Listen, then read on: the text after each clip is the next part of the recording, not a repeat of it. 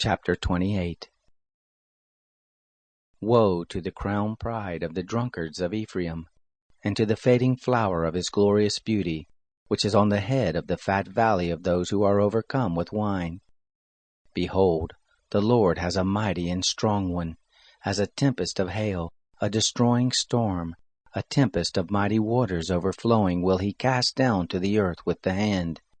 The crown of pride of the drunkards of Ephraim shall be trodden under foot, and the fading flower of his glorious beauty, which is on the head of the fat valley, shall be as the first ripe fig before the summer, which when he who looks on it sees, while it is yet in his hand he eats it up.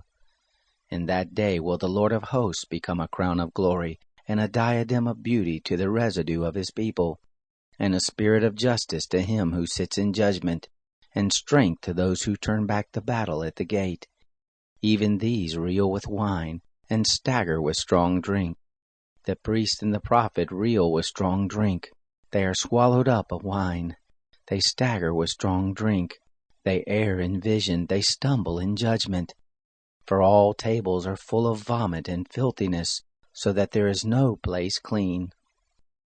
Whom will he teach knowledge? And whom will he make to understand the message? Those who are weaned from the milk and drawn from the breast? For it is precept on precept, precept on precept, line on line, line on line, here a little, there a little.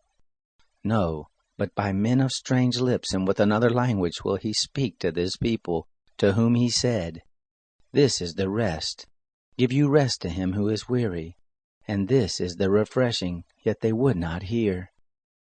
Therefore shall the word of the Lord be to them precept on precept, line on line, here a little, there a little, that they may go and fall backward and be broken and snared and taken. Why hear the word of the Lord, you scoffers that rule this people that is in Jerusalem? Because you have said, We have made a covenant with death, and with the grave are we at agreement. When the overflowing scourge shall pass through, it shall not come to us. For we have made lies our refuge, and under falsehood have we hid ourselves. Therefore thus says the Lord God, Behold, I lay in Zion for a foundation a stone, a tried stone, a precious cornerstone of a sure foundation. He who believes shall not be in haste. I will make justice the line, and righteousness the plummet. And the hail shall sweep away the refuge of lies, and the waters shall overflow the hiding place.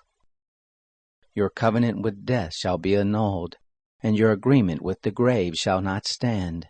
When the overflowing scourge shall pass through, then you shall be trodden down by it.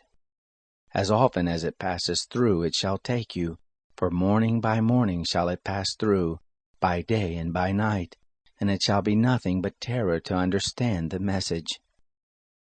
For the bed is shorter than that a man can stretch himself on it, and the covering narrower than that he can wrap himself in it. For the Lord will rise up as on Mount Perazim. He will be angry as in the valley of Gibeon, that he may do his work, his strange work, and bring to pass his act, his strange act. Now therefore don't you be scoffers, lest your bonds be made strong. For a decree of destruction have I heard from the Lord of hosts on the whole earth. Give ear and hear my voice, listen and hear my speech. Does he who plows to sow plow continually? Does he continually open and harrow his ground? When he has leveled the surface of it, doesn't he cast abroad the dill, and scatter the cumin, and put in the wheat in rows, and the barley in the appointed place, and the spelt in its borders? For his God does instruct him aright, and does teach him. For the dill are not threshed with a sharp threshing instrument, neither is a cartwheel turned about on the cumin. But the dill are beaten out with a staff, and the cumin with a rod. Bread grain is ground, for he will not always be threshing it. And though the wheel of his cart and his horses scatter it, he does not grind it.